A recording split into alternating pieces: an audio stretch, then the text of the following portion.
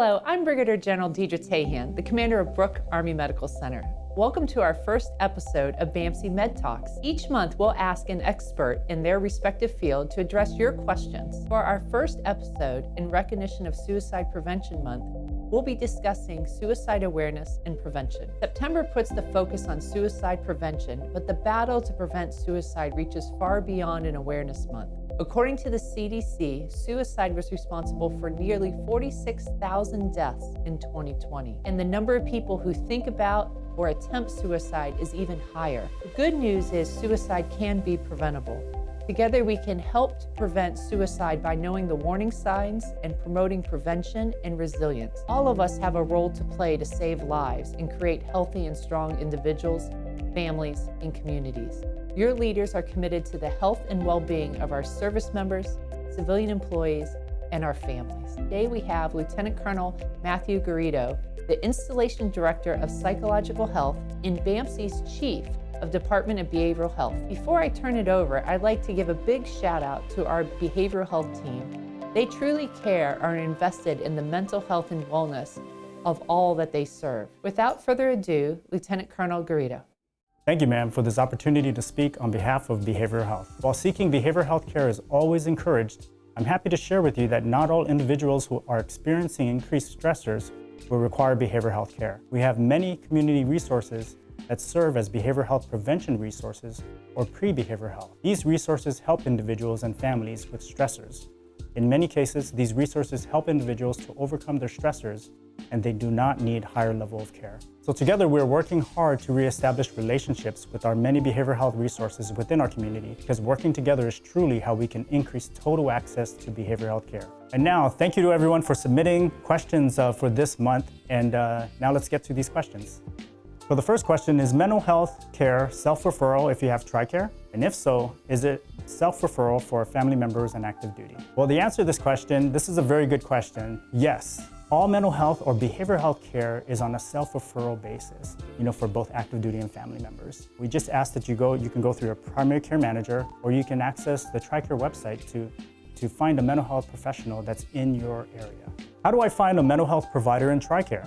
Very good question, and something that I've actually had to find for myself. So you can actually search for a mental health provider using the TRICARE webpage. If you click on the TRICARE webpage, you can look at the Find a Provider on the upper left-hand side. And from there, you can type in either your zip code or your location where you're at. And then they'll bring up a list of mental health providers who are authorized for our DoD beneficiaries. Can I ask questions of the TRICARE mental health providers before I go for the first session? Absolutely. We actually encourage all individuals, all people to ask that question. And what we're finding out is that getting to your first session is the most stressful. And oftentimes, to alleviate these stressors, you can ask these questions, from the person who's on the other side of that phone. For providers who are working with you and in our community, what we encourage them to do is to share a little bit about the process of coming in, signing in, how to get the appointment, where the location is, and some of the procedures and steps that it takes for you to be seen. What this helps us do is overcome a lot of that fear and anxiety so that we can make it to our first session. What do I look for as far as credentials and specialties that are listed? This is a really great question, and something that I want you to be sure of, that it starts off with seeking the resource on the TRICARE webpage. All the providers that are listed on the webpage should have been vetted. And one of the things we ask you to additionally search for is, are they licensed? Providers listed on the TRICARE webpage should all be vetted and are licensed and current. How can we reduce the stigma of seeking care for mental health issues? This is another great question, and one that we are often striving to tackle. One of the first things that we should look at is mental health care as the same as physical care. All individuals need to get regular physical checkups. We all do. Mental health is no different. The mind and body go together. If you don't take care of one, the other will suffer. What should I do if my friend tells me they're thinking about suicide? First thing to consider is, are they physically with you or over the phone? Listen to them and keep them engaged. Get them help.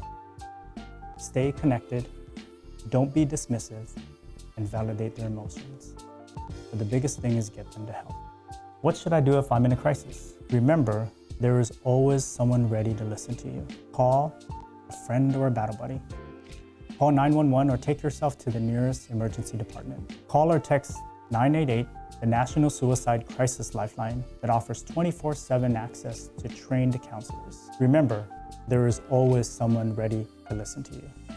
Thank you, Lieutenant Colonel Garrido.